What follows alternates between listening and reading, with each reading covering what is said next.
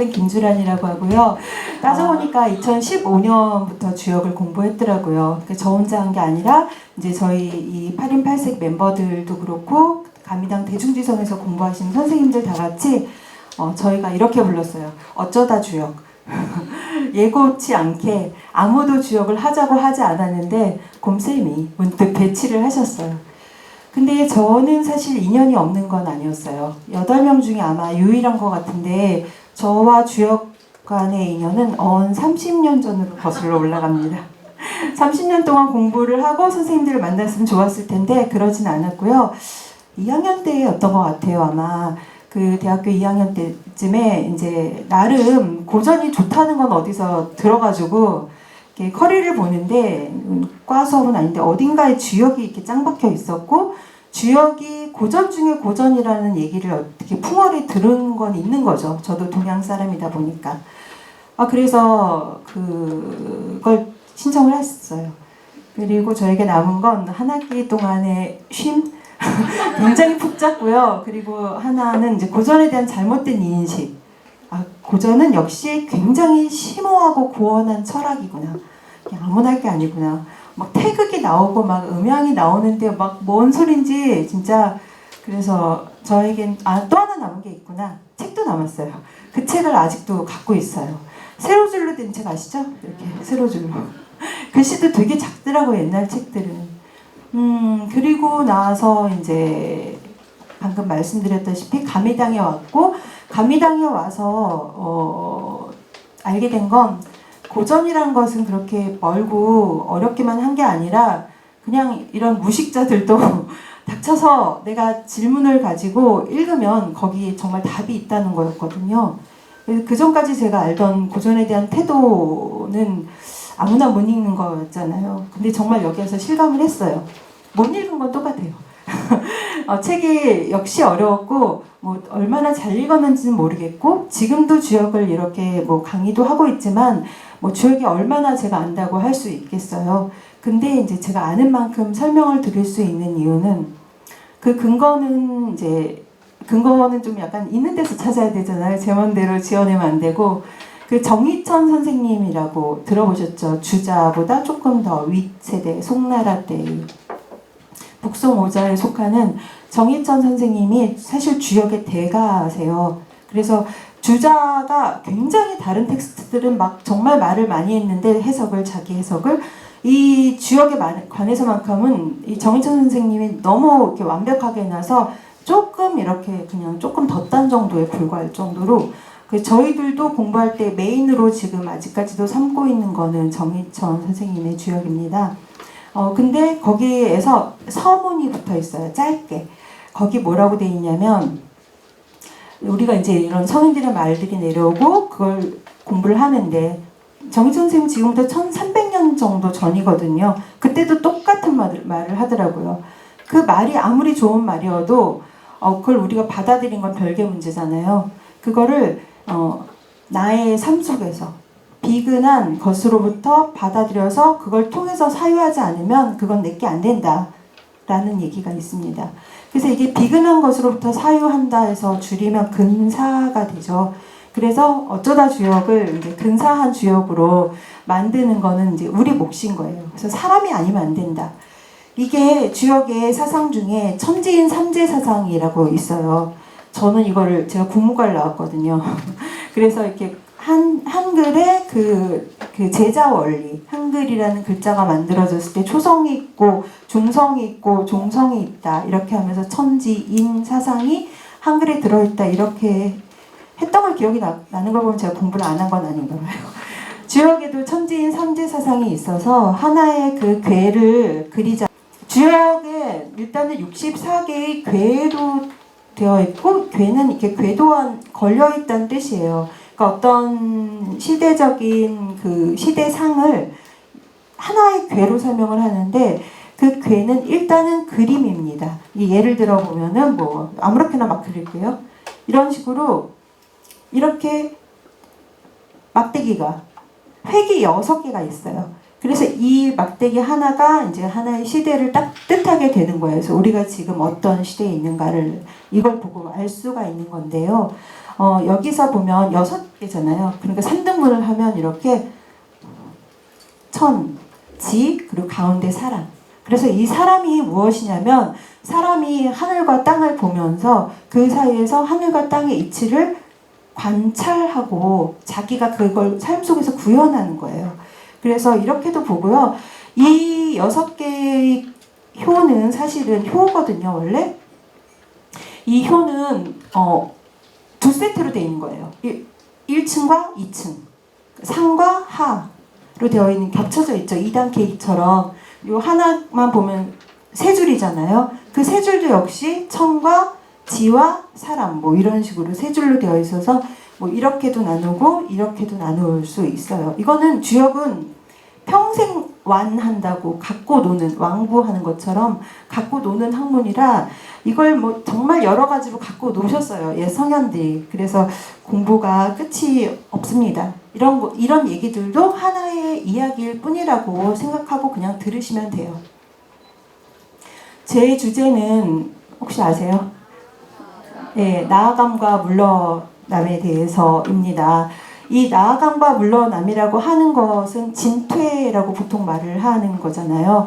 아마 누구든지 할까 말까, 지를까 말까, 사귈까 말까, 헤어질까 말까, 뭐 투자할까 말까, 여러 가지 진퇴의 상황을 매일 겪을 수도 있고 매 순간 겪을 수도 있고, 저희 공부하는 학인들도 이 세미나를 들을까 말까 올해 공부를 뭘로 할까 말까 뭐 이런 거 할 때도 저희들 사실 주역점도 치고 이러거든요. 주역의 제일 큰 주제라고도 할 수 있는데 아마 제가 이렇게 그물을 넓게 던져가지고 거기에 다 이렇게 걸려 들어오신 것 같습니다. 이 주제는 그래서 주역의 일단 가장 기본적인 주제라는 걸 말씀드리고 좀 구체적인 내용으로 들어가기 전에 일단 이 강의를 통해서 주역을 처음 접하신다고 일단 제가 전제를 할게요. 제가 이제 들으신 분들이 많은 것도 알고는 있는데 그렇게 전제를 해야 이 강의의 특성을 살릴 수 있을 것 같아요. 일단 주역이라고 하는 건 제가 고전이라고 말씀드렸지만 제 친구들은 그렇게 알고 있지 않더라고요. 정치냐? 뭐 사주 보는 거냐? 이래요. 그래서 아니야, 그건 고전 중에 고정이야. 막 이렇게 얘기를 하면 그러냐? 이래요. 헷갈려요. 왜냐면 알고 봤더니 철학관에서도 주역 점이라는 걸 치더라고요. 근데 일단은 점입니다. 점은 맞습니다만 일단은 제일 먼저 아셔야 될 게 자료에 있는 대로 역경이라고 하는 것은 정말 경전 중에 경전이고 사상 중에 사상입니다. 그래서 사서성경이라고 우리가 알고 있는 동양 고전의 모든 것들이 이걸 저수지 삼아서 흘러나왔어요. 그러니까 최고봉이자 정말 가장 토대가 되는 베이스입니다. 이것만은 확실하고요. 명리랑은 뭐가 다르냐. 명리는 한 개체의 운명을 읽어내고 또 그것의 원리를 이제 갈파하는 건데 사실 명리의 그 언어도 그냥 인간의 운명에 국한된 언어가 아니에요. 천과 지에 다 공통된 언어거든요. 그래서 명리 자체가 그렇게 또 뭐 수준이 낮은 학문은 절대 아닌데 조선 사회라든가 옛날 동양 사회에서 명리는 일단은 약간 기술학 같은 거예요. 실용학문. 반면에 주역은 아까 말씀드렸듯이 철학입니다. 그래서 뭐 일단은 과거를 볼 때 가장 중요한 그 과목이기도 했겠죠. 명리 같은 경우는 중인들이 보는 과목이었고요. 주역은 그렇지 않습니다. 그래서 춘향전 이도령이 제가 예전에 이게 얼핏 기억이 나는 거예요. 춘향전을 얼핏 봤는데 거기에 이도령이 그 누구지? 춘향이 남원에 가서 그 그네 타는 거를 얼핏 보고 와가지고 정신이 이렇게 들어서 책을 보는데 책이 눈에 안 들어오는 거예요. 그래서 그 장면이 원코, 형코, 정코, 이코, 춘향이코, 니코, 복코, 예쁜코 뭐 이러면서 니코를 뭐 내코와 뭐 이런 식의 그런 구절들이 막 나오는데 지금 생각하니까 그게 역경의 한 장면이고 그러니까 과거 준비하는 애들은 이걸 공부했어야 됐었다. 저희가 처음 주역을 감리단에서 공부했던 책도 역시 그 조선시대 과거 교과서용 편집본 이런 거였어요. 원본 주역이라고 되어 있는 영인본으로 처음엔 공부를 했고요. 선생님들 혹시 주역 공부하고 싶으시면 그런 책도 있고 이제 정말 한글로 너무너무 잘 풀어진 책들도 있고 스펙트럼이 굉장히 넓습니다. 그런 거 궁금하시면 물어보시고요. 제일 좋은 책은 뭐겠어요? 내 인생의 주역입니다. 왜 이러세요? 이러시면 곤란한데? 네, 내 인생의 주역입니다. 네. 자, 그러면 역경은 어떤 책인가를 말씀을 드릴 때 이제 또 근거를 한번 제가 찾아와 보자면 역경은 이렇게 설명을 하고 있어요. 공자님께서 계사전 상전에서 3장에서 설명하고 있는 건데 자료를 보시면 제가 친절하게 7, 8 너무 멀어서 자료에 넣어놨습니다. 역여 천지준. 역이라고 하는 것은 천지의 준칙이다. 준칙이 뭘까요? 좀 어려운 말인데 이건 그냥 기준이라고 생각하시면 돼요. 표준, 법칙. 그럼 이 말을 다시 생각하시면 천지가 역이라고 하는 사상의 베이스가 된다는 거예요. 천지를 보고. 근데 참 막연하죠. 천지. 신천지도 천지를 말하는데 역경이 말하는 천지랑 뭐가 달라. 예. 그 다음을 보시면 고능 미륜 천지지도. 천지지도를 미륜할 수 있다. 그래서 미륜이라는 것은 실로 꿰는 거예요. 그러니까 천지의 도가 이렇게 펼쳐져 있고 우리 자신이 천지의 도의 구현체잖아요. 그런데 그것들이 역이라는 것으로 인해서 꿰어서 우리가 그걸 갖고 놀 수가 있게 되는 거예요. 그러니까 성인과 우리의 차이는 사실 그거밖에 없어요. 똑같은 인간인데 그 천지의 도를 우리가 꿰을 수 있느냐 없느냐. 근데 성인이 이걸 꿰을 수 있게 만들어준 거죠. 이 역경이라는 텍스트를 우리에게 전해줌으로써. 그렇다면 이것을 어떻게 천지도를 그러면 일단 알아야 되잖아요. 아는 방법이 그 다음에 있는 겁니다. 많이 들어보셨을 텐데요. 앙이 관어천문.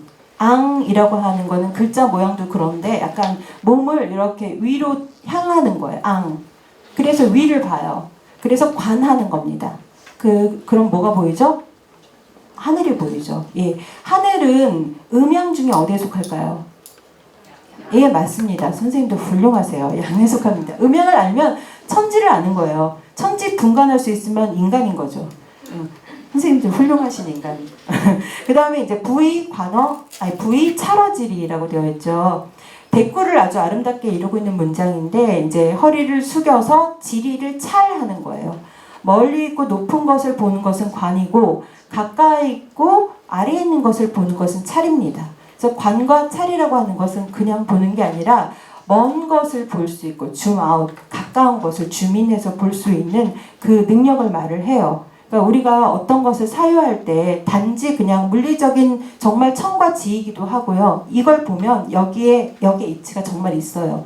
근데 무형의 사건을 보실 때는 어떻게 보셔야겠어요? 멀리 갖다 놓고 보고 땡겨서도 보고 이게 이 말 안에 관찰이라는 말을 통해서 우리가 배울 수 있는 사유의 팁인 것 같습니다. 이렇게 했을 때 우리가 시고 그러므로 하여서 유명지고 유명을 달리했다는 말 들어보셨을 거예요. 유는 어둡다는 뜻이고 명은 밝다는 뜻이죠. 그래서 어둠과 밝음 한마디로 생사의 이치입니다. 그러니까 역은 그리고 사실 중국이라는 땅은 굉장히 현세적인 곳이에요. 그래서 그 삶의 철학을 말하지 죽음의 철학을 얘기하진 않거든요. 그럼에도 불구하고 여기에 대한 이치는 분명히 있어요. 생사는 같은 것입니다. 그래서 생사에서 생만 보진 않아요. 포커스가 생에 와 있을 뿐이지. 왜냐면 살을 갖고 논하게 되면 사람들이 이제 너무 미혹되기 쉽기 때문에 그렇습니다. 아무튼 베이스는 생사가 같다는 것에 있다는 걸 역을 보면 이제 공부를 조금씩 하시면 좀 더 실감하실 수 있을 텐데 일단 유명지고를 알 수 있다. 그래서 주역을 이제 공부하면 신통력을 막 이런 얘기가 나오는 것도 어떻게 보면 이런 이제 근거가 좀 있다고도 볼 수 있고요. 그래서 이 보이는 것이나 보이지 않는 것이나 살아있는 것이나 죽은 것이나 이 모든 것들에 대한 어떤 이치를 알 수 있는 건 그 이치가 다르지 않기 때문에 하나이기 때문입니다. 그래서 여기서 이제 딱 한 가지만 기억하라고 하면 역은 천지의 준칙이다. 천지를 기준으로 삼는 것이 역이다. 이 한 가지를 말씀을 드리고 싶었고요. 또 하나를 말씀을 드리자면 이거는 제가 이 강의를 준비하면서 알게 된 따끈따끈한 건데요. 사실 예전에 공부했는데 안 보였거든요. 소식이란 말 아시죠? 소식. 뭐 생각하시는지 제가 아는데 그 소식 말고 영월 소식이란 말이 있어요. 영허 소식. 가득 차고 비고 소 줄어들고 식 자라난다. 이 식자가 사실 조금 애매하실 텐데 식자는 이렇게 쓰면 선생님들 이게 쉴 식자잖아요. 숨 쉴 식도 되고 휴식한다 할 때 식자인데 여기선 제가 뭐라 그랬어요? 자라난다 그랬어요. 줄어드는 게 아니고 자라난다고. 소자가 줄어든다는 의미가 있는 글자고 얘는 반대로 자라는 글자인 거예요. 호흡처럼 이렇게 음양에 짝이 되는 글자인데 이게 왜 식자가 자라냐는 해석이 재밌어서 잠깐 말씀을 드리자면 우리가 쉴 때 아무것도 하지 않은 것 같을 때 사실은 뭐가 자라요? 쉬면? 에너지가 커지죠. 그래서 우리가 쉬는 거잖아요. 이게 명리의 이치기도 하거든요. 일이 안 될 땐 쉬어야 돼요. 근데 안 하고 못 하고 그래서 강제로 멈춰 있는 게 아니고 그렇게 쉴 때 그 다음에 어떻게 돼요? 그 시대가 끝나면 치고 나가는 힘이 그때 길러지거든요. 이게 겨울이기도 하죠. 아무튼 그래서 소식이라는 건 결국 뭐냐면 차고 기우는 거랑 똑같은 거죠. 해가 뜨고 그 다음에 달이 뜨고 그거랑 똑같은 거예요. 해가 뜨고 해가 지면 달이 뜨고 달이 뜨고 달이 지면 해가 뜨고 하는 게 소식이잖아요. 예, 이게 생사랑 같은 거겠죠. 이 소식이 바로 또 주역의 원리입니다. 차고 기우는 것. 근데 차고 기울어서 끝. 이게 바로 서양적인 직선적인 사고관이죠. 태어났다 죽는다. 그런데 동양은 그게 아니고 이게 반복이 돼요. 해가 오늘 뜨고 내일 안 뜨는 거 아니잖아요. 이거는 그 스칼렛 오하라가 바람과 함께 사라져서 한 말이죠. 내일은 내일의 태양이 뜰 거라고 제가 중학교 때 되게 좋아했었는데 맞습니다. 그거예요. 그래서 동양의 사고방식은 굉장히 좀 낙천적일 수밖에 없는 베이스를 갖고 있어요. 우울해지기 좀 힘들어요. 이 사유가 몸에 붙으면. 요즘 시대에 진짜 이렇게 쉽게 삶을 정리하는 시대에는 주역이라는 공부가 필요하다는 생각이 또 들었어요. 예, 아무튼 그래서 주역의 사고방식은 이렇게 직선적이지 않고 순환적이에요. 원형이에요. 그래서 주역을 말할 때 종시의 학문이라고도 합니다. 끝. 종이죠. 시종이라고 우린 말하는데 그 동양 고전을 보면 시종이란 말보다는 종시라는 말을 훨씬 더 많이 써요. 양음이라고 안 하고 음양이라고 하는 것처럼 보이지 않는 것을 먼저 얘기를 하는 게 우리의 그런 인식에도 사실 더 도움이 되는 것 같고요. 이유는 잘 모르겠어요. 왜 이렇게 쓰는지. 약간 복잡하게 이걸 또 해석하신 분들도 없진 않던데요. 그래서 주역은 천지의 소식인데 이제 제가 알게 됐다는 건 이거를 알게 됐다는 건 아니고 이건 이제 주역 공부하면 워낙에 기본적으로 알아야 되는 거라 우리가 뉴스, 굿뉴스, 배드뉴스 할 때 뉴스 있죠? 그 소식도 이 소식이라고 하더라고요. 그러니까 천지가 줄어들고 자라는 이치, 비고 차는 이치를 아는 건 이 천지에 관한 만물의 소식을 아는 거라는 거예요. 이거 너무 재밌잖아요. 저는 그리고 뭐 소식을 들었어, 뭐 한 소식 한다, 뭘 깨우쳤을 때 이런 말을 할 때 그걸 아는 바라고 생각을 했거든요. 찾아보지도 않고. 근데 이번에 다시 봤더니 그 얘기가 있는 거예요. 이 소식이라는 거예요. 그러니까 이게 뭐가 없어지고 뭐가 자라고 그게 어떤 연관관계를 갖고 있는지를 우리가 깨달으면 천지를 아는 거예요. 그게 역입니다. 그래서 역은 천지의 기준이고 또 천지의 소식이다. 이렇게 두 가지를 좀 기억해 두셨으면 좋겠다라고 제가 오늘 강의를 준비해 봤습니다. 방금 제가 들은 그 소식에 관한 얘기는 그 도올 김용옥 선생님의 개사전을 통해서 주사 들은 소식입니다. 네, 이 소식의 이치를 64개 중에서도 심플하게 뽑아낸 거예요. 그 중에서 12가지를 보면 그림 딱 보면 감이 오시죠? 12개가 처음에 밑에 하나의 막대기가 이렇게 양의 막대기가 이렇게 있잖아요. 그죠? 네. 그리고 그 위엔 어때요? 음의 이 효들이 위로 몇 개 있어요? 5개. 예, 이렇게 해서 출발하면 그 다음엔 어떤 순서로 자라나면 양이 밑에서부터 돋아납니다. 중요한 건 밑에서부터 자란다는 거예요. 마치 대지에서 싹이 틀 때 밑에서 자라듯이. 이게 되게 재밌는 게 아이들이 그림 그릴 때 아시는지 모르겠는데 애들이 그림이 아니고 애들은 글씨를 그림으로 그리잖아요. 처음 배울 때 아시죠? 어떻게 그려요? 이렇게 그려요. 이런 식으로. 애들은 이렇게 그려요. 너무 신기한 거예요. 그러니까 애들은 뭔가 아는 거야. 이렇게 잘한다는 걸. 자기들도 이렇게 작았다가 커져서 그런가? 아무튼 그래서 주역은 반드시 밑에서부터 위로 이렇게 자라는 거예요. 우리 일들은 그래서 언제나 이렇게 처음 그 현장에 뛰어들어서 잘 모르는 초심자, 비기너부터 시작해서 조금 아는데 아직 그렇게 지위는 높지 않은 사람, 약간의 책임을 갖게 되는 사람, 그리고 좀 더 중책을 갖게 된 그 지도자 옆에 있게 되는 사람, 그리고 지도자, 그리고 그 일을 정말 이제 할 만큼 하고 물러난 은퇴자까지 6단계로 이루어져 있어요. 이거는 이 사회 안에서의 배치이기도 하고 내 자신이 어떤 사건을 겪을 때 그 사건에서 밟게 되는 마음의 행로기도 하겠죠. 그리고 그 사건의 진행 방식일 수도 있어요. 그래서 하나의 괴는 그렇게 여러 가지로 해석을 할 수가 있습니다. 이거 재밌지 않으세요? 저는 이게 참 재밌었어요. 그래서 아까 말씀드렸듯이 이 괴를 이제 점을 치면 괴를 뽑게 되거든요.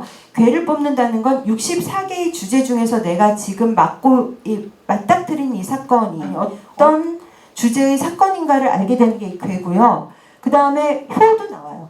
그러면 이 사건 하에서 나는 지금 어떤 상태인가가 이 효로서 나오게 돼요. 내가 1효냐, 뭐 5효냐에 따라서 다른 거죠.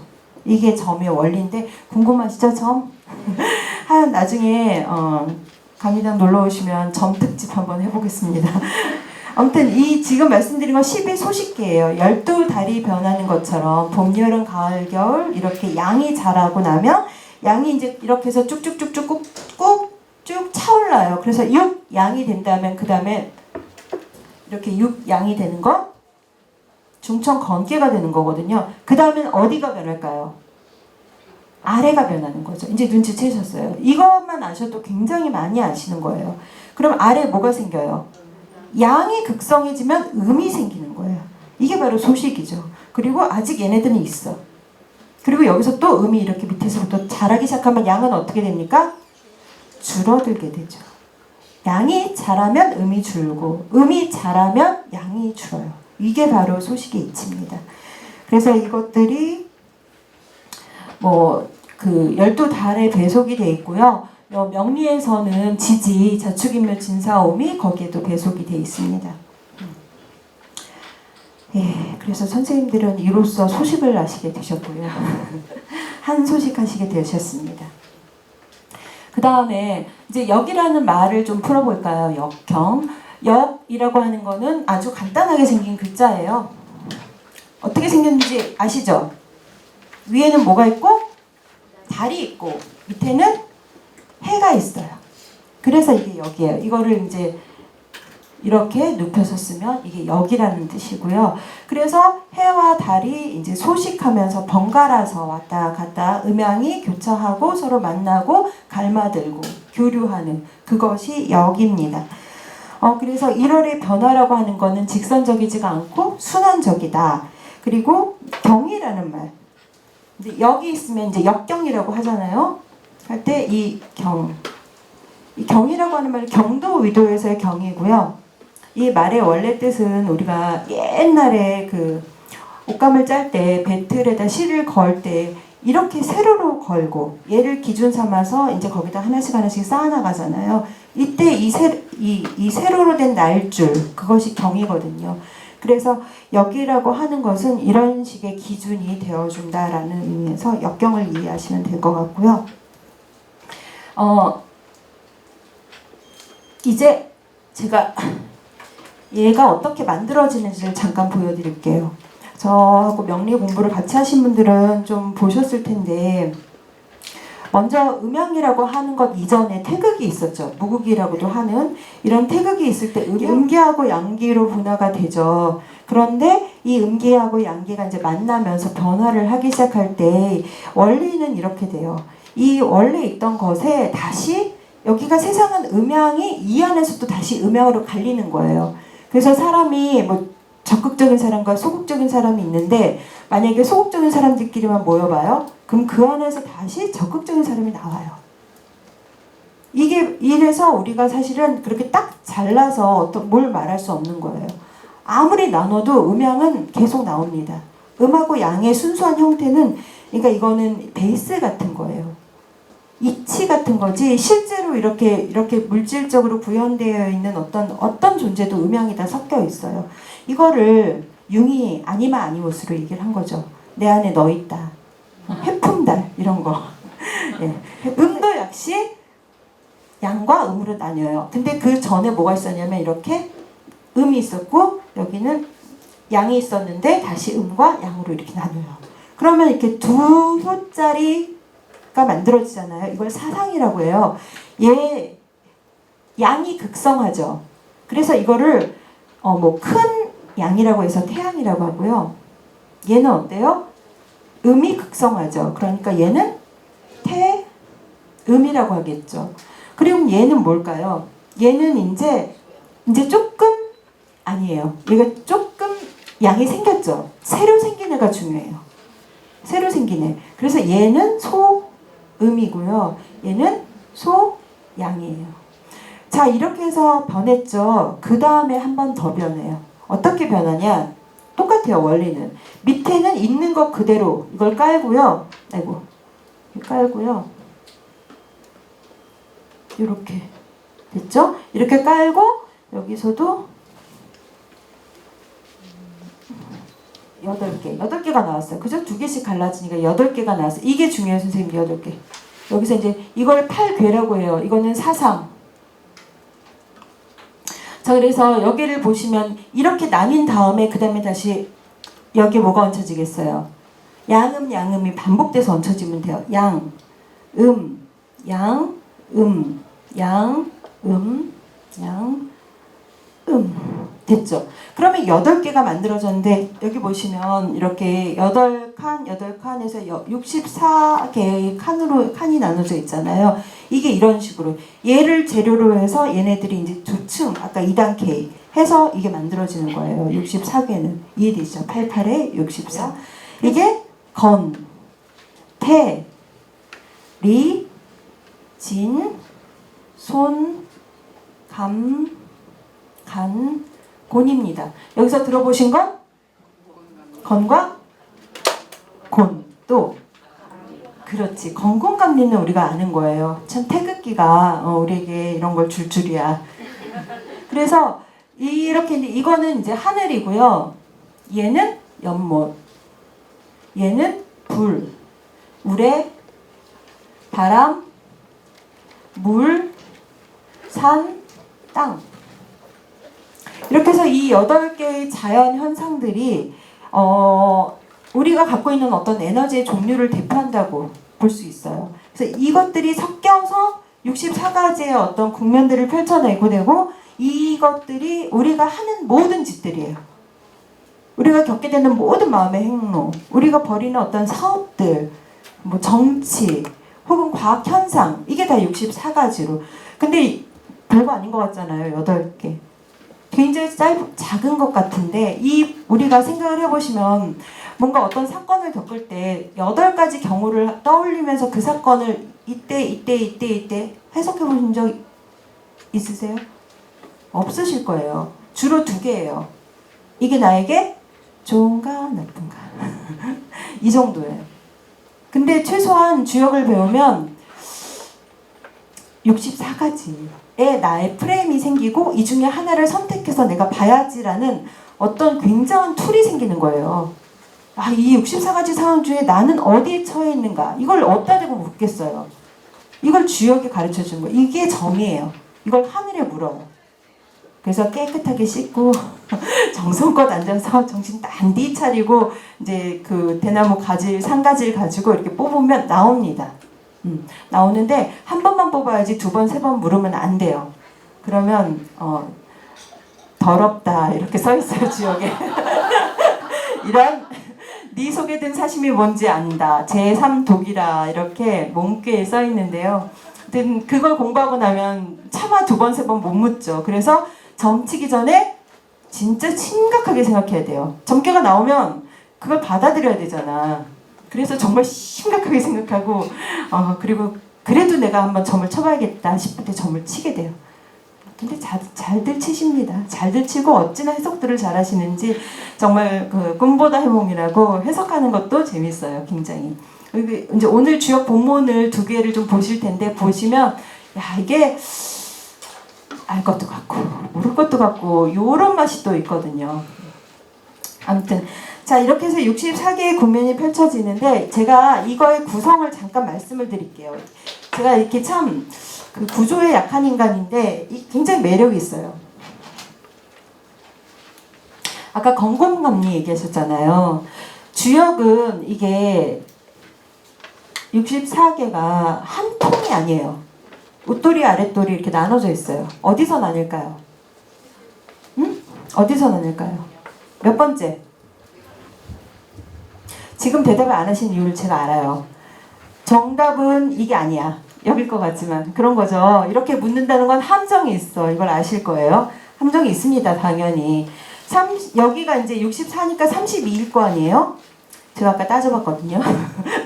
48에 32. 여기서 끝날 것 같잖아요. 아닌 거죠. 어디서 끝나느냐? 여기 30번째에서 끝나요. 여기 32번째니까 2칸 앞은 30번째죠. 30번째에서 끝나요. 그러니까 1에서 30까지가 상경이고요. 하경은 31에서 64까지 가게 됩니다. 그래서 이렇게 반이 나뉜다는 거는 이 앞부분에 해당하는 것들은 천도, 하늘의 이치를 말하고 뒷부분에 해당하는 건 인도를 얘기를 하게 된다고 해요. 막상 읽어보면 확실히 앞에 거가 조금 더 심플하고 뒤에 게 약간 더 복잡, 다단하고 드라마틱하다는 느낌이 들어요. 그리고 뭘 통해서 그걸 좀 분명하게 알 수 있느냐 하면 얘를 여는 이 자리가 뭘까요? 아실 수 있어요. 자신감을 갖고 생각해 보세요. 뭘까요? 그쵸. 요 2 자리는 하늘과 땅, 건곤입니다. 자, 그러면 한 번 더 해볼까요? 여기는 뭘까요? 끝은. 상경의 끝은.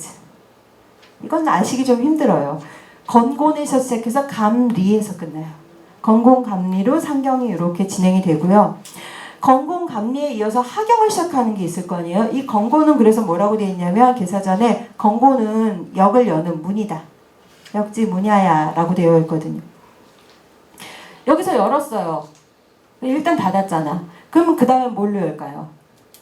택산함, 느풍항이라고 되어 있는데 건곤은 문이면서 어머니와 아버지겠죠. 하늘과 땅이니까 음양이고요. 음양이 순수하게 있었는데 그것들이 섞이면서 만물이 나는 거예요. 그래서 역을 생생지위역이라고 하는 거죠. 음양이 낳고 또 나와서 이것들이 펼쳐지니까. 자, 근데 여기에도 그런 비슷한 쌍이 있는 거예요. 이게 재밌는 게 인간이라 그랬잖아요. 자, 인간의 천지는 뭘까요? 남녀예요. 애정사. 애정사. 좋아하잖아. 여기에 있는 여기에 해당하는 거는요 함께예요. 함께는 느낄 감자 아시죠? 거기에서 마음 심자 빼면 함인데 얘가 느끼는 뜻이래요. 느끼는데 뭘로 느끼세요, 선생님들은? 처음에 그거는 왜 영화 같은 데 보면 식탁 밑으로 남녀가 이렇게 발 마주대는 거는 발가락으로 느껴요. 엄지발가락. 아무튼 함께는 제가 할 게가 아니니까 함은 느낌이고요. 그 다음 건 뭘까요, 근데? 얘도 남녀 관계예요. 자, 근데 이게 재밌는 게 거기 한번 거기 있는 괴를 보세요. 택사남은 어떻게 생겼냐면요. 이렇게 생겼잖아요. 이거를 어떻게 말하냐면요. 이게 여자거든요. 음이니까 보이세요? 이게 음이면 여기 첫 번째, 두 번째, 세 번째죠.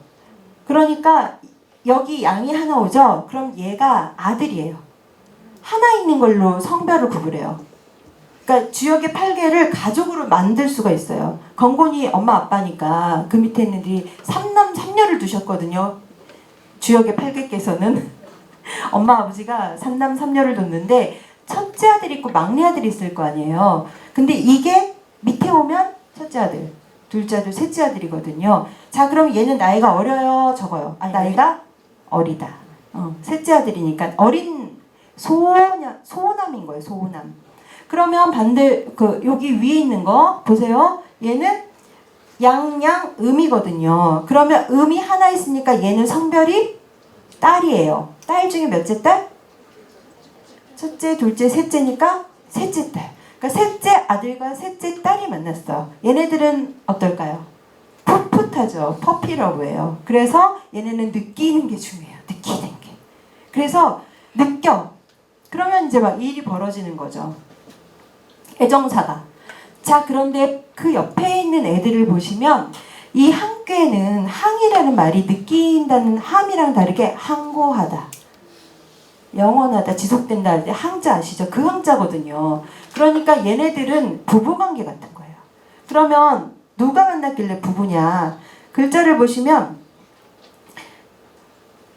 보세요. 딸일까 아들일까? 음이 하나다. 그러면 딸. 딸 중에 첫째 딸. 그리고 아들 볼까요? 거기 위에 아들이 있어요. 아들은 양 하나고 음 두 개예요. 이렇게 생겼어요. 첫째 아들인 거예요. 그 첫째 아들과 첫째 딸이 만나면 연애만 하고 끝낼 수는 없어요. 가문의 대도 이어야 되고 첫째들은 나이도 좀 지긋이 먹었고 결혼해서 가정을 꾸려야 되니까 이때 중요한 건 뭐예요? 지속성인 거예요. 그래서 함께는 느낌을 말하고 함께는 지속성을 말하는데 둘 다 결국은 뭐다? 남녀관계다. 그러니까 남녀관계, 음양이 만남으로써 하경이 시작된다. 이 얘기가 하고 싶었던 거예요. 그래서 성경하고 하경은 일종의 프랙탈 구조처럼 안에 다시 또 뭐가 있고 그 안에 또 시작이 있고 새로운 시작이 있고 그 안에 또 새로운 시작이 있고 끝이 있고 이러면서 맨 끝은 어떻게 되냐? 여기가 기재, 이미 다 이루었다. 그리고 맨 끝은 미재, 아직 덜 건너갔다. 덜 건너가면 어떻게 해요? 처음부터 다시. 뱀 주사위 놀이 해보셨는지 모르겠어요. 허무하죠. 주사위 삑 나와서 미끄러지면 처음으로 다시 돌아가세요. 이런 게임들. 허무하지 않아요. 근데 주역은. 끝이 아직 안 끝났으니까 다시 하는데 이렇게 하면 판이 또 바뀌는 거예요. 시대가 달라지는 거고. 그래서 주역은 이렇게 꼬리에 꼬리를 물면서 빙글빙글 돌아가게 되어 있는 구조입니다. 여기서 오늘 제가 나아감과 물러감에 관해서 말하는 괴는 어디에 있느냐? 여기서 여기. 이 인도를 말하는 하경에 택산 함과 내풍 항괴가 있잖아요. 그럼 그 다음 거 하경의 세 번째 거에 있어요. 이게 천산둔, 그 다음은 뇌천대장. 재밌게도 건괴와 곤괴 다음에 나오는 것도 둔괴거든요. 근데 얘도 둔괴예요. 근데 이름이 비슷해서 한자는 다르지만 얘는 이제 천지가 원래 천지 창조될 때는 카오스의 상황이잖아요. 혼돈. 막 빛도 없고. 그래서 이게 이 혼돈을 뜻하는 거고 이 여기로부터 이제 진짜 이렇게 구체적인 유형의 생물들이 나오는 질서가 잡히기 시작하는 시대거든요. 이 둔은 이건 수레 둔이에요. 근데 얘는 천산둔이죠. 자, 여기서 뭐로 끝났죠? 지속성, 안정, 항으로 끝났잖아요. 항이 계속될 수 있습니까? 항이 시대가 끝나면서 항의 시대는 변하게 돼요. 같이 이렇게 남녀가 있다가 어떻게 돼요? 떨어지게 되는 시대가 오는 거예요. 그러니까 우리가 보통 나 예전엔 이랬는데 라고 한탄을 하잖아요. 아, 변했어. 모든 게. 변하는 건 주의 원리는. 항의 시대가 끝나면 둔의 시대, 서로 멀어지는 시대가 와요. 그래서 둔은 서로 멀어져. 왜? 서로에게 물러나니까. 이렇게 됩니다. 그래서 이제 둔에 관해서 공부를 좀 해보도록 하겠습니다. 역경의 구조를 잠깐만 설명을 드릴게요. 역경은 역경과 역전으로 되어 있어요. 아까 말씀드렸던 이 경과 경전이란 말 들어보셨죠? 근데 그때 경전 이름 뭐 이렇게 쓰는 거 말고요. 이거는 그 캐논에 해당하는 그걸 말하는 거고 이때의 경전에서 저는 뭐냐면 이거는 아까 말했던 날줄 기본이 되는 것 여기까지 만든 거는 그 아주 옛날 하운주 시대 주나라의 문무주공에서 문왕과 주공이 여기까지 만든 걸로 돼 있고 선생님들이 지금 보시는 그것들이 거기까지 나온 거예요. 그럼 그 뒤에는 뭐가 있냐면 공자님이 전을 쓰셨어요. 그래서 뭐 계사전, 뭐 문헌전 이런 얘기를 얼핏 들어보셨는지 모르겠는데 거기에 해석이 여기에 붙어 있어요. 그러니까 여기에 이 경만 보면 좀 어려워요. 무슨 말이지? 근데 거기에 아주 짧지만 핵심적으로 해설을 달아놓으셨어요. 권자님께서. 너무 고맙게도. 그래서 우리가 이게 이런 의미구나 철학적으로 이해할 수가 있는 거예요. 그러니까 역이라고 하는 것의 그 기원은 뭐겠어요? 당연히 점입니다. 옛날 그 하은주 시대 은나라 때는 굉장히 점이 성행을 했고요. 재물도 약간 인신공양 같은 것도 했다고 들었어요. 근데 주나라로 오면서 굉장히 문화가 바뀌었어요. 상당히 지금 현대 문명에 가까운. 그래서 공자님은 주나라를 우리가 지향에 대해 어떤 모델로 삼고 있잖아요. 그래서 그 주나라의 역은 은나라 그 전의 역하고는 되게 다르지만 어쨌든 역이었기 때문에 점을 쳤어요. 그럼 점사들이 이제 기록이 됩니다. 그 점사는 인간의 어떤 사회에 있어서 가장 기본적인 질문일 것이고 거기에 대한 유효한 답일 거예요. 그것들이 남았어요. 그 당시는 문자도 굉장히 귀했고 문자를 기록할 수단도 굉장히 귀했을 텐데 이제 큰 동물의 이 골반뼈 뭐 이런 정강이 뼈 이런 데다가 이제 파서 기록을 했어요. 점을 칠 때도 그런 걸 쓰기도 하고 그렇게 남은 것들이 일종의 사유의 흔적들인 거예요. 그게 다 남은 게 아니겠죠. 굉장히 이게 필요하다, 아주 지혜로웠다 이런 것들이 남았을 거 아니에요. 그 남은 것들은 어떻게 보면 좀 산계되어 있었을 거예요. 주제들도 흩어져 있고. 근데 어떻게 보면 그거를 우리가 지금 아는 최고의 철학으로 만든 것은 공자님의 해석일 수도 있습니다. 그래서 이 경과 전으로 되어 있고요. 이게 마치 정말 아까 말씀드린 것처럼 시줄과 날줄의 교직. 원래 텍스처, 우리 삶이라는 게 다 이렇게 엮여서 차곡차곡 이루어져 있고 이거는 현재 진행형이에요. 그러니까 선생님들이 지금 주역을 읽고 주역에 관한 생각을 하시고 오늘 뭐 들으신 말씀 중에서 뭐 준칙이란 말, 소식이란 말, 그리고 이따가 들을 말 그걸 하나를 내가 가져간다는 것 자체가 또 여기에 한 줄을 더하는 거죠. 공자님에서 그친 게 아니고 그 뒤에 아주 유명하신 대학자들은 일생에 걸쳐서 주역을 사유를 했고요. 매일 읽고 생각하고 대학자들의 로망이었던 것 같아요. 주역에 대한 자기 나름의 해설서를 내는 게. 그래서 소동파도 유배 가서 주역에 관해서 글을 썼고요. 정약용 선생님도 유배 가셔서 주역에 관한 글들을 내셨죠. 심지어 야심차신 분들은 이 64개의 배열 자체를 완전히 싹 바꾸기도 해요. 완전히 새로운 해석 체계를 자기가 제시하고 싶은 거지. 아무튼 일생에 거쳐서 그렇게 읽으신 텍스트들이고 그거를 우리가 이렇게 한 줄이라도 읽게 되는 건 참 좋은 일인 것 같아요. 근데 진짜로 주역이 읽기 진짜 좋아요. 본문이 되게 짧아서 이렇게 머릿속에 이렇게 들고 다니면서 생각하는 게 이렇게 어떤 길고 좀 정형화된 것보다 나을 수 있어요. 한 단어만 이렇게 머릿속에 딱 갖고 다니셔도. 64기이기 때문에 하루에 2개씩 공부를 하신다 치면 한 달짜리 공부예요. 한 달짜리. 너무 무겁게 가져가시는 것보다 저는 이런 게 우리가 더 주역하고 근사해질 수 있는 길이라는 생각이 들거든요. 그리고 생각해보시면 옛날 사람들한테 글자라고 하는 건 정말 굉장히 많은 그 자원이 있어야 접근 가능한 거 아니었어요? 일단 신분. 우리 그때 태어났으면 이 중에 누가 글을 읽을 수 있는 신분이었을지 모르겠는데 얼마나 적었겠어요. 접할 수 있는 기회가. 그리고 신분이 높다 한들 하루에 밥벌이가 해결이 안 되면 어디서 글을 읽겠어요. 근데 지금은 나라에서 돈도 주는 시대가 드디어 되었고 시간도 코로나 때문에 많이 생기고 진짜 공부하기 좋은 타고난 시대예요.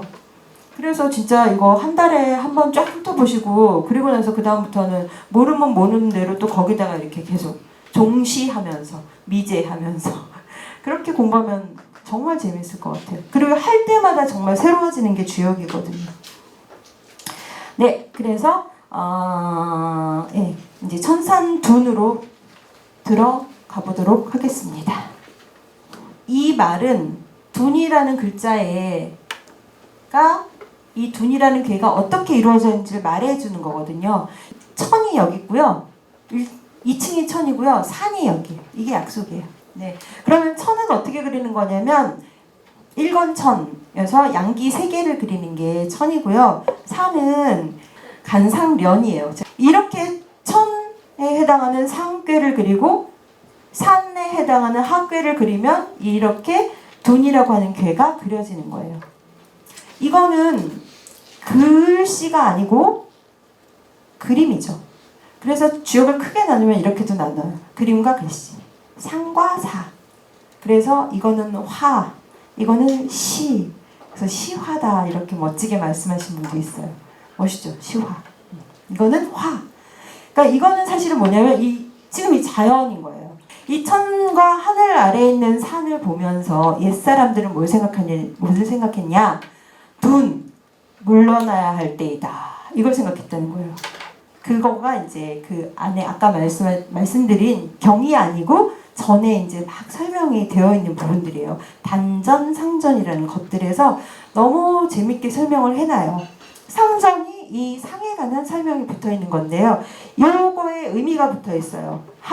하늘은 강건하다가 원래 그 갖고 있는 기본의 의미예요. 그러면 산의 기본 의미는 뭐냐? 멈춰 있다. 산은 뭐 지각이 융기에서 히말라야 산맥이 아무리 높게 솟구쳤다 한들 더 올라가는 건 아니잖아요. 아무리 치솟은 산도. 그래서 산은 이렇게 멈춰있는 물상이고요. 또 하나는 우리가 산을 만나면 멈추게 되죠. 그래서 사람들이 산 아래 마을에 깃들어 살잖아요. 그래서 산은 멈춤을 뜻하는 괴입니다. 그러면 뭐냐? 산은 이렇게 멈춰요. 하늘은 어때요? 아무리 산이 높아져도 우리 이 위로 올라가도 하늘이 잡혀요? 아니죠. 하늘은 마치 계속 물러나는 것 같아.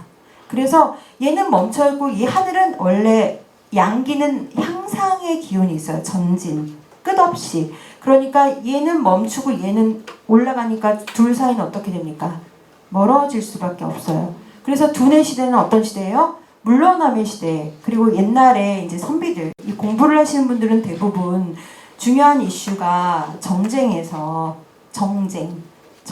어떤 싸움에서 언제 내가 은둔할 것인가가 화두였잖아요. 그러니까 사대부는 나아가면 일을 하고 정치를 하고 물러나면 공부를 하는 것. 이렇게도 사대부 저렇게도 사대부인 거예요. 언제나 이 우주와 이 나라와 사람들을 생각하는데 물러나서 하든 나아가서 하든. 그러나 그래도 이래도 사대부 저래도 사대부긴 하지만 그런데 까딱 잘못하면 죽거든요. 물러날 때 안 물러나면 죽고 나아갈 때 안 나아가면 안 죽나? 일을 안 하겠죠. 근데 그 판단이 굉장히 중요한 거예요. 언제 물러날 것인가? 어떻게 물러날 것인가? 근데 저는 이제 이 괴를 이렇게 크게 읽을 처지가 아니잖아요. 제가 무슨 정치하는 사람도 아니고 소소하게 부부싸움으로 읽었어요. 계속 싸울 것인가? 이 싸움판에서 내가 물러날 것인가? 근데 우리가 싸울 때 물러나지 못하는 이유는 아마도 물러나는 게 창피하기 때문이 아닌가라는 생각을 하거든요. 이게 그리고 물러나는 게 과연 맞나? 더 싸워야 되는 거 아닌가? 그 판단하기가 어려워요. 사실은 내가 죽을 때까지 싸워야 되는 걸 수도 있잖아요. 그리고 이렇게 역대 히어로들은 다 그렇게 막 목숨을 던져서 싸웠잖아요. 근데 이렇게 물러나라는 얘기는 잘 없고 물러남의 어떤 지혜에 대해서는 사실 그렇게 알지는 못해요. 물론 이런 말은 있죠. 잘 물러나는 게 되게 좋은 거라는 뭐 그런 이렇게 뭐 말들도 있기는 한데 우리 뇌리에 박혀 있는 물러남의 어떤 그런 이유, 어떤 그때 가져야 될 마음가짐, 그 판에 있는 어떤 태도 이런 것들은 잘 못 봤거든요.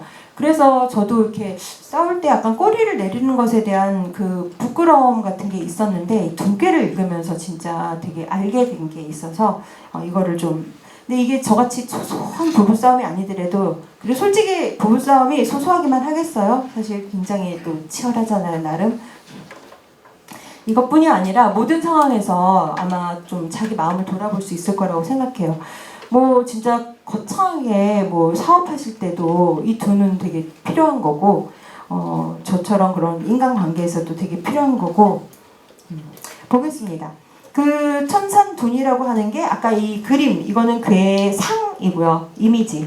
그 다음에 천산둔 이때 둔괴 이게 괴의 명일 거예요. 그러면 그 다음에 이 괴 전체 이 시대 물러남의 시대에 붙어있는 하나의 문장이 있습니다. 그걸 괴사라고 해요. 거기 써있죠.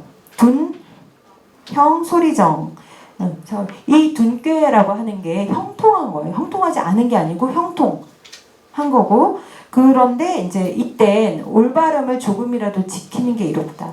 근데 올바름을 막 완전히 그대로 막 고수하고 내가 이걸 위해서 목숨을 바치겠어, 이런 태도는 옳지가 않은 거예요. 이 시대는. 그래서 일단 우리가 둔꾀를 받았다 하면 일단은 이때가 이때는 물러나야 될 때라고 나는 헷갈리는데 이 시대가 말해주는 경우가 되는 거예요. 그러면 일단은 아까 제3독은 부끄럽다 그랬죠. 그건 모독이라고. 그러니까 점을 쳐서 둔꾀가 나왔다. 그러면 지금은 물러나야 될 때구나. 무엇으로부터 물러날까? 내가 정말 물러나려는 마음을 어떻게 먹어야 되나? 이걸 일단 생각을 하셔야 돼요. 그리고 이제 초6부터 보시면 이 초6에는 거기 꼬리 밑자가 있을 거예요. 둔미려. 이 재밌는 게 우리가 물러날 때 어떻게 물러나죠? 보통 이렇게 뒷걸음질 치는 경우도 있지만 군대라고 생각해 보세요. 군대를 물릴 때는 딱 뒤돌죠. 그러면 꼬리가 선두가 되고 그 다음에 맨 앞에 있던 애들이 꼬리가 되는 거예요. 그래서 위치가 바뀌게 돼요. 그래서 이렇게 되는데 얘가 지금 어떤 상황이냐면 이 초6은 이 갈바를 두면 안 돼요. 지금 물러나야 될 때인데 물용 유유왕 이러면 이건 움직이지 말란 뜻이거든요. 움직이지 말래. 물러나야 될 때인데 왜 이런 말이 있을까? 이건 왜 그러냐면 앞에 꾀가 뭐였죠? 변치 않는 한 꾀. 한 꾀는 움직이지 않고 계속 그걸 유지하는 힘이 관성이 아직 남아있는 거예요. 한 꾀에서 지금 둔꾀로 온 거거든요. 그래서 얘가 아직 상황 판단이 안 돼. 거기다가 이 효는 음효예요. 음효는 특징이 뭐냐면 유순한 것도 있지만 부정적인 면에서는 우유부단합니다. 그러니까 과단성 있게 결정을 못 내려요. 그래서 이 꼬리가 어떻게 한 거냐면 타이밍을 놓친 거야. 그러니까 물러나야 될 때라고 빨리 판단을 해야 되는데 그 타이밍을 놓친 거예요. 이해되세요? 그래서 지금 얘는 위태롭고 둔미려, 그리고 지금 시기를 놓쳤기 때문에 함부로 움직이지 말고 일단 이왕 늦은 거 잠시 멈춰야 되는 거예요. 그래서 똑같은 둔꾀지만 이 6개의 효마다 어떤 그 내용이 달라지게 돼요. 해야 할 바가 달라지게 돼요. 그 다음 거를 보시면 6.2죠. 여기 집지용 황후지혁 막지승설이라고 되어 있는데 이거는 황소가죽으로 꽁꽁 묶어놓은 거예요. 물러날 때인데 아까는 꼬리라면 안 돼. 지금은 꽁꽁 묶어놔서 안 돼. 이건 되게 미스테리하죠. 처음에 제가 이해가 안 갔는데 그래서 막지승설 벗을 수도 없다 이런 뜻이거든요. 이거는 제가 심리학책을 읽으면서 알았어요. 선생님들 자기가 뭔가 이렇게 스스로를 내가 이제 내가 이럴 때 어떻게 해야 돼. 내가 지금 둔꾀일 때 내가 최소한 물러나진 않더라도 나가서 덤비진 않아야 되잖아요. 그런데 내 마음속에서 저게 옳다고 생각이 되면 그 의리라는 관념이 머릿속에 있죠. 이데올로기가. 그러니까 그때는 그냥 막 사람이 해야 될 것 같은 생각이 든단 말이에요. 우리 마음속에 되게 여러 가지 충동이 있으니까. 근데 집지용 황후지역은 뭐냐면 내 그런 마음들, 갈팡질팡하는 마음들을 황소가죽으로 꽁꽁 묶어놓는 거거든요. 이게 신화에 뭐가 있냐면 오디세우스 신화가 있어요. 오디세우스가 고향으로 돌아가던 길에 세일랜들의 유혹을 받죠. 그 배를 타고 가다가 그 세일랜의 노랫소리를 들으면 다 어떻게 되냐면 바닷속으로 막 빠져들게 돼요. 그리고 배가 암초를 향하게 되고 그러면 방법은 뭐냐? 귀를 막는 거예요. 근데 귀를 막아도 이제 여기 타고 들어오잖아. 오디세우스가 어떻게 했냐면 자기 몸을 돛대에 꽁꽁 묶었어요. 이걸 그 심리학책에서는 오디세우스 계약이라고 했더라고요. 그러니까 자기 스스로가 자기를 강제 구속할 때가 필요한 거예요.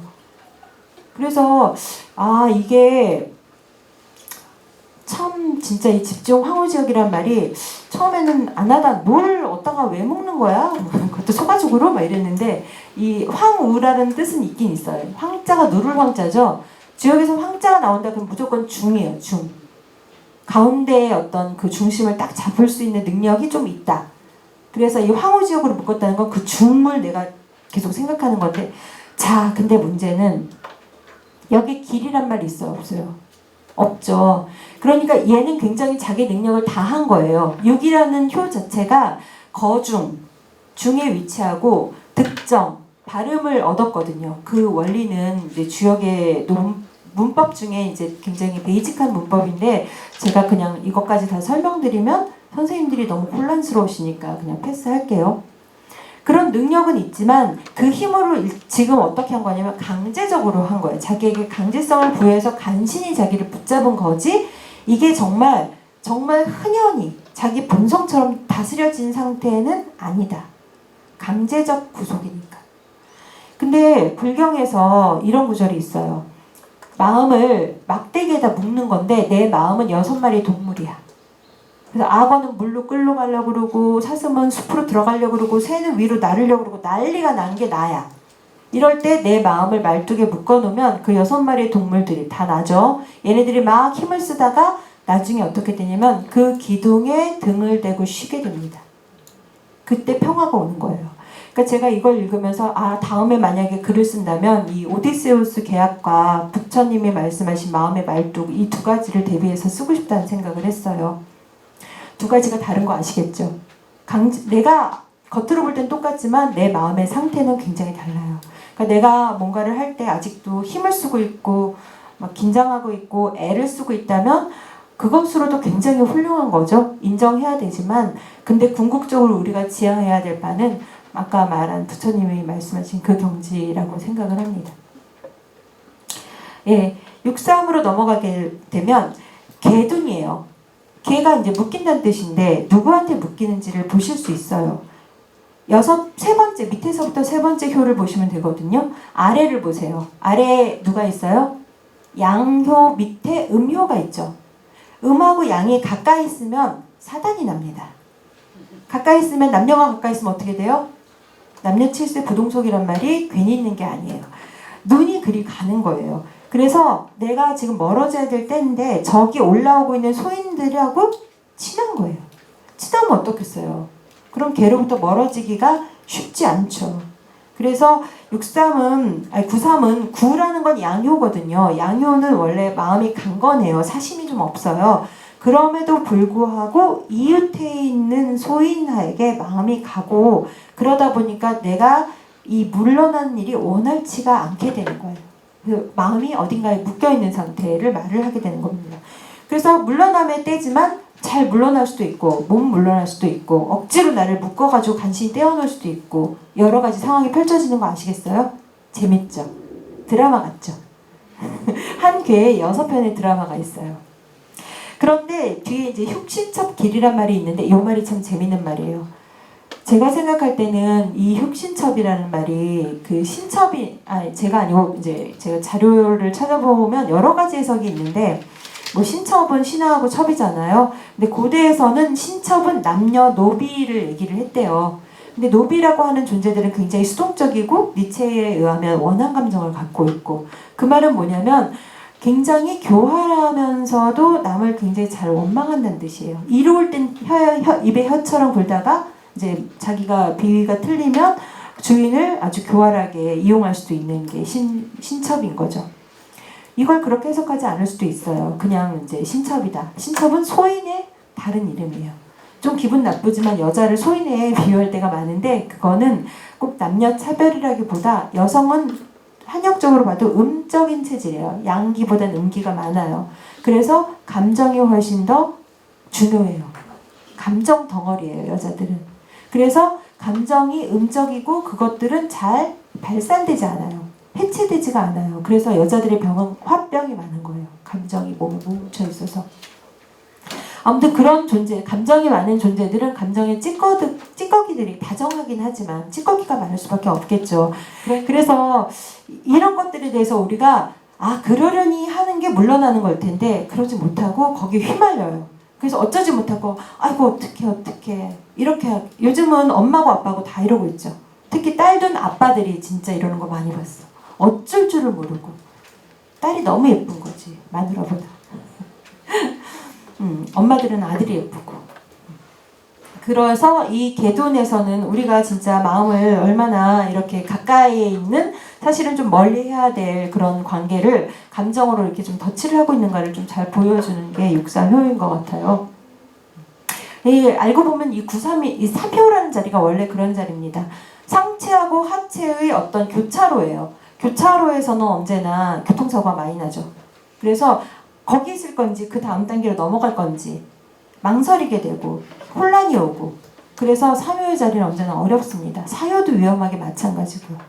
근데 3효가 어려운 이유는 4효보다 3효가 조금 더 어렵거든요. 그 이유는 뭐냐? 하체 안에서는 자기가 나름 실력자거든요. 그러니까 자만심이 있어요. 그래서 내가 뭐 아무리 5명 단위에서 1등을 할지라도 막 나는 거기서 언제나 1등이라는 마음이 있는 거예요. 그래서 교만하기가 쉬워. 그렇게 어디서든지 자기가 위에 있는 위치에 있는 사람은 그게 크거나 작거나 간에 마음속에 좀 자만심이 생길 가능성이 있고, 그게 이제 9-3효에서 우리가 늘 경계해야 되는 지점이다. 주역에서는 3효가 어려운 자리입니다. 안 그럴 때도 예외가 있긴 있어요. 자, 그래서 9-4, 9-5, 3-9로 가는데 보시면 아시겠지만 그 다음부터는 호둔, 가둔, 비둔 이래서 다 굉장히 잘 아름답게 아주 여유롭게 물러나게 돼요. 앞에는 못 물러났죠. 그래서 반이 달라요. 1, 2, 3 다르고 4, 5, 6 다르다고요. 벌써 하나의 궤 안에서도, 은둔의 시대 안에서도 처음에는 막 매어서 어쩔 줄 모르는 시대가 있다가 그 다음에는 이제 아주 흔쾌하게 물러나는 시대로 바뀌어요.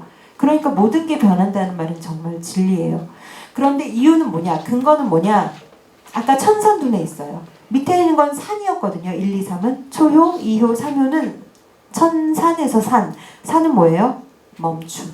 그러니까 잘 못 물러나요. 멈칫 멈칫. 그 대신 그 다음 4, 5, 그 다음 상효. 이거는 어디에 속해요? 하늘에 속해요. 하늘은 어떠냐? 미련이 없고 계속 변화해요. 흔적 없이. 그리고 강건하죠. 굳셉니다. 그래서 변화를 잘 밀고 나갈 수 있는 그런 마음의 화려함이 있어요. 이해되시죠? 근데 우리가 이걸 자꾸 까먹어. 우리가 둔기 안에 있다? 둔기 안에서도 지금은 산의 상태다. 그 다음은 하늘의 상태다. 이 변화에 어떤 베이스가 있다는 걸 자꾸 까먹고 아주 고정된 어떤 나라는 사람이 딱 있어서 내가 뭘 한다고 생각을 하는 게 우리가 갖고 있는 사유와 주역이 갖고 있는 사유에 완전 반대되는 지점이에요. 우리는 이 시대 안에 놓여 있으면 이 시대의 흐름을 따라가게 되어 있는데 내가 무슨 단독자인 것처럼. 그래서 잘나도 내가 잘난 거고 못나도 내가 못난 거죠. 그 주역에서 배워야 될 건 이 때를 읽는 거예요. 그래서 그 다음을 보면 이제 물러나는 때, 이게 왜 물러나느냐? 밑에서 산이 치고 올라오니까 하늘이 물러나는 거예요. 그럴 때 태도는, 제가 글에 쓴 거는 뭐냐면 미워하지 말고 물러나라거든요. 여유롭게. 상효에서 하는 말인데 보통은 미워하면서 물러나시죠? 그러면서 뭐라 그래요? 더럽다. 똥이 더러워서 피하지. 이러면서 에이 퇴 하고 물러나시잖아요. 저도 그랬는데 그렇게 되면 그거는 미움이죠. 미움은 물러남이 절대 아니라는 걸 제일 잘 보여준 건 불교예요. 미움은 사랑의 이면이에요. 미워한다는 건 사랑이 있는 거죠. 미운 건 내가 원하는 걸 그쪽에서 주지 않아서예요. 그건 원하는 게 있다는 얘기인 거고 똑같은 거예요. 그건 물러남이 아니라 여전한 집착의 다른 표현인 거예요. 욕망의 표현이죠. 그래서 탐진치에서 탐과 진, 탐진치가 불교에서 말하는 삼독인데 탐과 진은 같은 운동성이에요. 그래서 미움이 있는 채로라면 그건 물러남이 아니고 비둔, 호둔, 가둔이 될 수 없어요. 그래서 여기 이게 상전에 있었던 것 같은데 여기에 원소인, 소인을 멀리하되 미워하지 않고 불호이엄, 엄격하게 대해라. 근데 그 엄격함은 그 사람에 대한 엄격함일 수도 있는데 사실 저는 그건 아니라고 봤고요. 내가 스스로에 대한 엄격함, 내가 지금 무엇을 하고 있느냐, 나는 어떤 상태인가를 엄정하게 거기에 집중하는 거, 그게 저는 엄이라고 생각해요. 나에게 집중하는 거.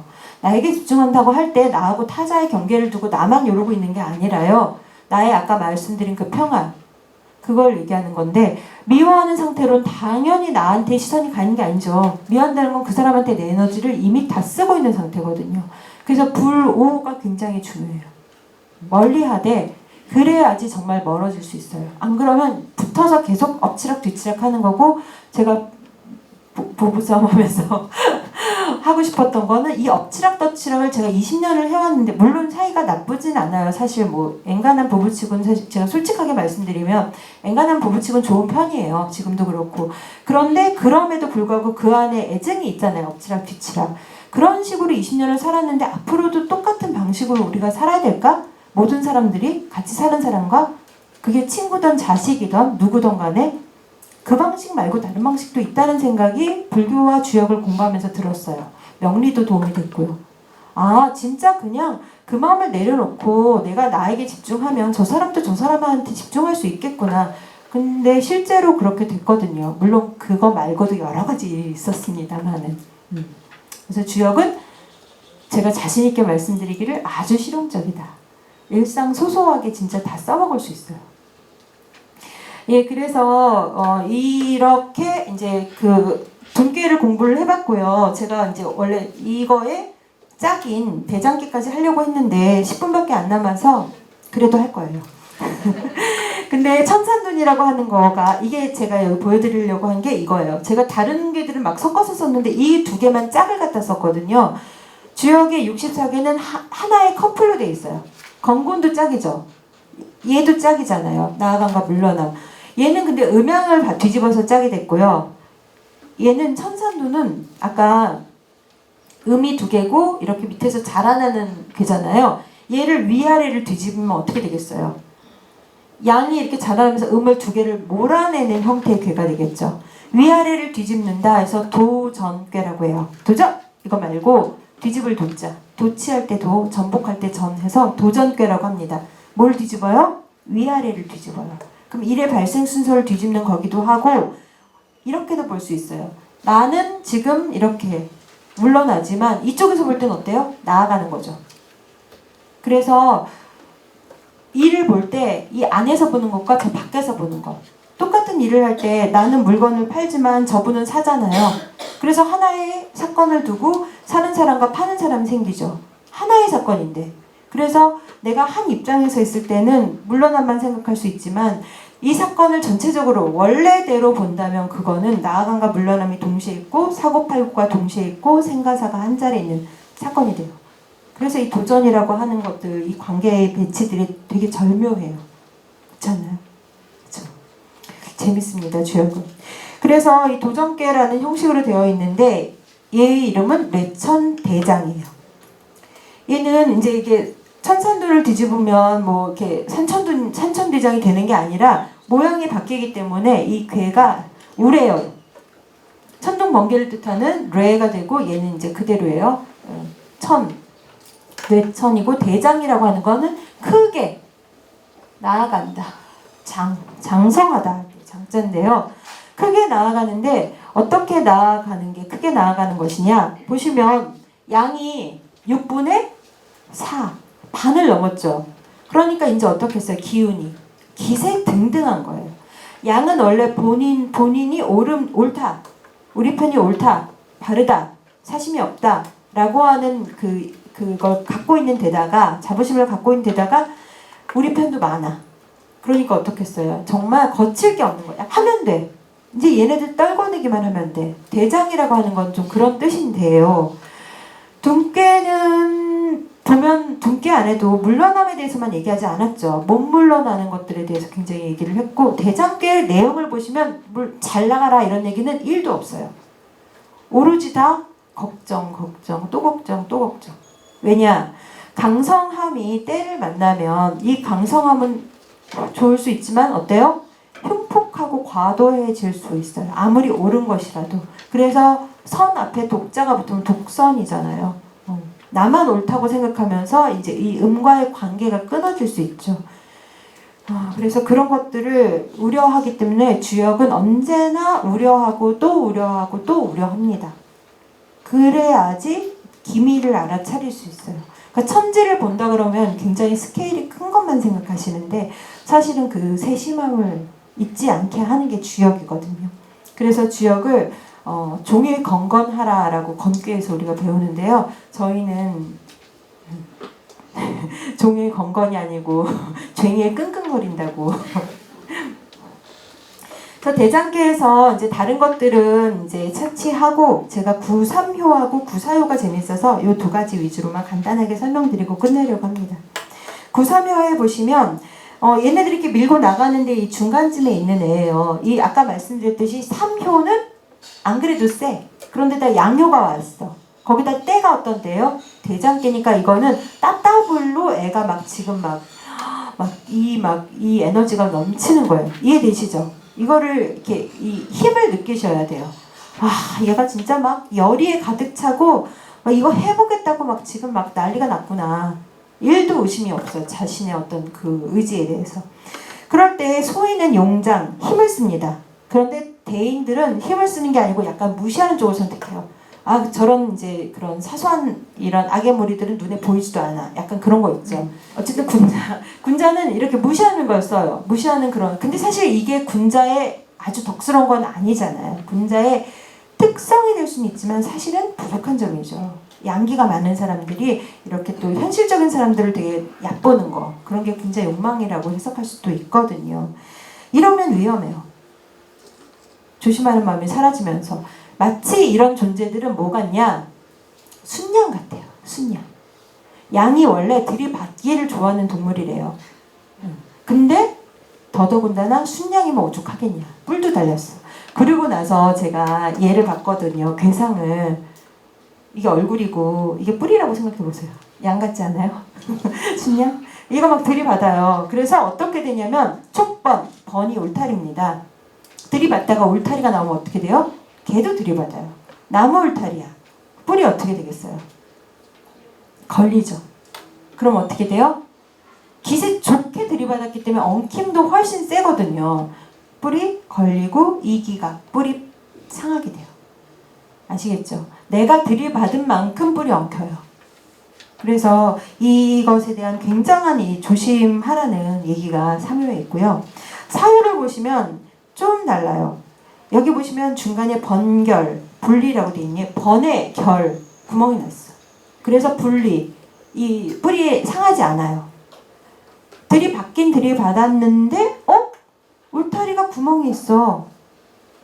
이건 뭐냐면 사실은 이거 되게 생생한 약간 영화 같은 이미지인데 뭐냐면 구사는요. 위치가 선생님들 여기 보세요. 얘가 구사죠? 구사 위에 울타리들이 얘거든요. 장애물들. 가까이 있죠. 가까이 있어서 어떻게 됐겠어요? 친해진 거야. 그래서 어떻게 됐냐면 얘네들의 사정을 알게 됐어. 얘가 요즘 좀 이렇게 뭔가 나태하고 굉장히 뭔가 돈도 좀 빼돌리고 알고 봤더니 집에 아프신 어머니가 있어. 이렇게 되면 어떻게 돼요? 들이받지를 못하는 거예요. 걔를 이해하게 됨으로써 관계가 생김으로써 음양이 만나서 이 구사가 갖고 있는 이 양기에 음을 이해하는 마음이 생기면서 중화가 이루어져요. 그러면 울타리가 아닌 게 되는 거예요. 그러니까 우리가 세상에서 만나는 모든 울타리들이 사실은 내가 옳고 넌 다르고 거기서 부딪히면서 오는데 속사정을 알고 나면 왜 이해 못할 게 아무것도 없다 이런 거 좀 아시죠? 그래서 사실은 얘기 들으면 안 돼. 얘기 들으면 마음이 약해져. 이런 마음을 먹기도 하는데 대장께는 뭐다? 너무 센 거예요. 그러니까 이때는 일부러라도 적극적으로 자기와 다른 존재들을 만나서 섞이지 않으면 흉해져요. 그러니까 이게 다 다른 거예요. 어떨 땐 귀를 막아야 되고요. 어떨 땐 정말 귀를 열고 다가가야 되는 거예요. 그러면 번결 분리가 되고 그러면 그 다음에 멋있어요. 장우되어지고 큰 수레의 이게 복이라고 하는 건 큰 수레의 그 축과 이 본체를 연결해주는 어떤 장치인데 그게 굉장히 튼튼하대요. 그런 것 같은 상태가 되는 거예요. 그러니까 생각해 보세요. 순양의 이미지라는 게 얼마나 어설픕니까? 힘은 세지만. 그런데 큰 수레를 생각해 보세요. 큰 수레의 그 안정성, 그리고 거기에 실을 수 있는 어떤 것들, 그 마음과 사람들, 이런 걸 생각해 보면 순양하고 비교할 수 없는 성숙을 좀 볼 수 있잖아요. 그래서 이 대장계에선 가장 아름다운 계가 이 구사효가 아닌가 싶습니다. 시간이 다 돼서 여기까지 할 건데요. 마치기 전에 선생님들이 반드시 이런 경계, 우리가 알고 있는 이 경계들이 사실은 이게 사실은 다 돌고 도는 거였잖아요. 여기 한 꾀에서 이거 같고 여기서 또 대장깨 같고 대장깨가 끝나면 또 다른 세상이 펼쳐져요. 지금 순간은 굉장히 잠시예요. 계속 변하는 와중에 우리가 이 리듬을 어떻게 읽을 것인가. 천지를 기준으로 삼아서 읽고 그리고 그거를 결정할 때 내가 결정하는 게 아니고 이 천재 리듬 속에서 또 결정을 하고 주자도 이렇게 했어요. 주자도 가장 이성적인 사람이잖아요. 주자도 자기의 진퇴를 그렇게 결정했습니다. 점을 치시라는 게 아니라 하늘의 이치를 생각을 하면서 땅의 이치를 살피면서 사람하고 관계를 맺으면서 그러면서 언제나 변화한다는 것. 흥한 자 망하고 망한 자 흥하고 그러니까 내가 잘난 것도 내가 잘나서 대장 잘난 게 아니라 때가 그래서 그런 거고 내가 물러나는 것도 내가 비겁해서가 아니고 이때는 물러나야 될 때이기 때문에 그런 거예요. 그래서 그 주체의 어떤 그런 속박에서는 좀 벗어나셨으면 좋겠고 자기를 계속 해체해 나가는 그런 공부의 장에 좀 같이 오셨으면 좋겠다라는 말씀을 드리고 마지막으로 홍보를 하겠습니다. 그 보리밭 TV라고 있어요. 보리밭 이게 뭐냐면 보리가 그 보디 불교에서 보디라고 하는 거는 지혜라는 뜻이고요. 지혜의 밭이라는 뜻이에요. 보리밭 TV 유튜브에서 치시면 그 주요 유튜브를 시작했거든요. 근데 지금은 막 혼자 하려니까 너무 어색해서 강의도 되게 이상하고 소리도 잘 안 들리고 글씨도 잘 안 보이곤 하는데 어쨌든 일주일에 한두 편씩은 올리려고 해요. 지금 한 4편 정도 올렸고 이번 주 토요일에 5번째 올라갈 건데 주역을 이렇게 복습하시고 싶다거나 뭐 형편상 오지 못하실 때는 활용하시고 이거는 제가 만든 거고요. 제가 엄청 버벅거리는 꼬라지를 보실 수 있으세요. 아니 완전 버벅거려요. 이거 말고 북튜브라는 게 있습니다. 북튜브는 북드라망에서 그 1인 출판사에서 만든 거고요. 저희 8인 8색의 저자들이 그 자기가 맡은 괴를 해설을 해요. 20분에서 25분 정도. 그래서 얼굴은 나오진 않고 이렇게 글씨가 보이면서 이렇게 빨간 펜 있잖아요. 이렇게 쓱쓱쓱 별표 치고 막 낙서하면서 이게 이제 있는데 제가 이거를 보니까 이게 공부가 꽤 되겠더라고요. 저도 사실 같은 방식으로 해요. 얼굴은 처음에 얼굴 앞에서 얘기했다가 미치는 줄. 그래서 그 뒤로는 저도 이렇게 자료화면을 거의 앞에 인사만 하고 나서 끝날 때까지 자료화면만 띄우고 그러고는 있는데 아무튼 저는 조금 길게 하고 북튜브는 이제 조금 짧게 괴당 북튜브가 정리가 되게 잘 돼 있고 감사합니다.